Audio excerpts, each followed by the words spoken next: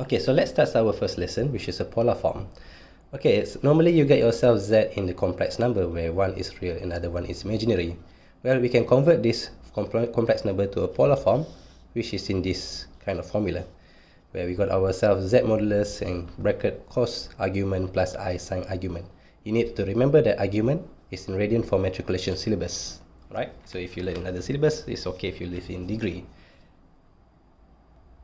Now going back to our examples, let's say we got just now z equals to 1 plus 3i. Well, basically you can just make the real into x-axis, which is here, and you can see over here our imaginary turn out to be our y-axis. This is just like geometric coordinates, but a little bit different. So we got ourselves 1 and we got ourselves 3 over here, so that's our point. And our z modulus is basically this one. This is our z modulus. So how are we going to find that? Well, you remember from your high school days, if you got 1, 3 and there's a triangle, you want to find the z modulus. Basically what you want to do is just by using theorem Pythagoras theorem. You got yourself into this one, 1 squared plus 3 squared, and you got yourself 2. Okay, that's still easy. Now finding the argument is a little bit tricky, but this one is still easy. So basically you want to find this theta over here. Argument is calculated from here. That one is the positive argument. I'll explain more later. So for you to find this, the angle over here, basically you need to find the theta. You remember from your school days, is either you memorize your formula tangent theta b over a, where this is b and this is a, or you just simply remember, hey, I want to find tangent because I'm this and this. From your high school days, you can remember from your trigonometry formula. Okay, so or this is your a, this is your b. Some people memorize the formula, some people just memorize from the trigonometry. I personally go from the trigonometry way.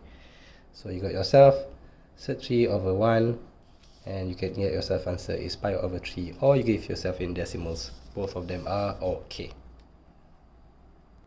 Okay, so now since you already got your z modulus and argument, which is your z modulus, just now we got ourselves 2, and our pi over 3 over theta, this is your argument. We got ourselves as pi over 3, or you might want to use this one, either one is fine. So we substitute our answers into the equation, which is z become 2 and cos pi over 3 plus pi over 3 over here, or you can give yourself in decimals. Both of them okay. Alright, so that's the basics for polar form. Now let's have a look on finding argument for another quadrant. As I mentioned briefly just now, that we find argument is from here. Okay, where this is what we call ourselves a positive argument, and when this is what we call ourselves a negative argument. So it depends on where your argument is, so that's how you're going to calculate. And I hope you still remember the butterfly from your school days. So if we want to find yourself the argument from here, it will straight away be argument not equals to theta. Okay, why is that? Because the argument starts here and it's just the same value as that. Now what happens if it's over here? Then it's a bit trickier, because this is our butterfly that we got from our theta. So the argument is, you need to minus that part. You need to throw away this part. So it will be pi minus theta. And remember how you find theta? Theta is from tangent theta equals to b over a. So that's for your positive argument. Now what about if it's from negative argument?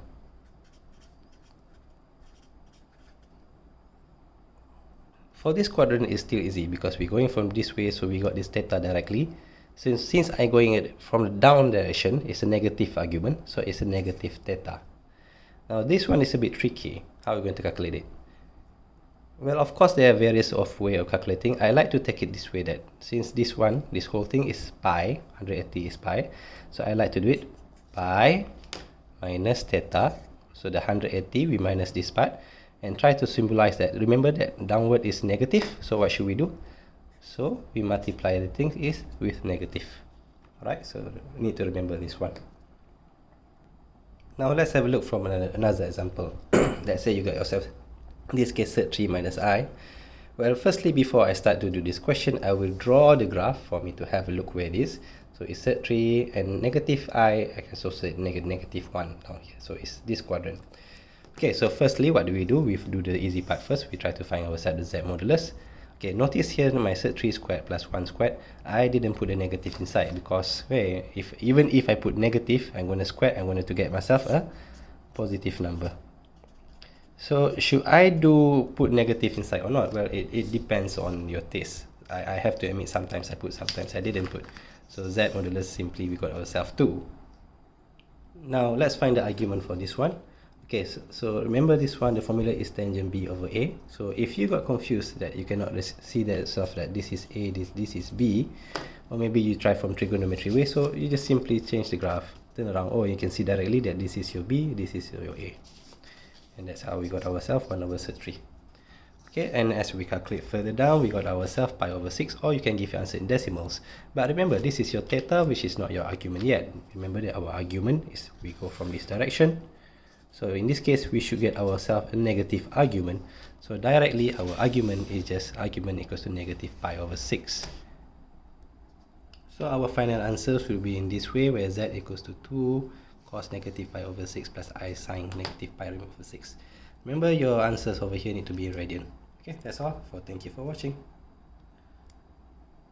Oh, I'm sorry, I forgot to say something. Just now, yes, you can say yourself, sir, we got our B as negative 1, but why don't you put 1 negative over here? I just take here as positive. Well, you can do that way, but I think your calculator, sometimes they're going to auto-calculate for you, so you cannot do the minus thing. So for me personally, I don't dare to put the negative there. Okay, show you a few more examples.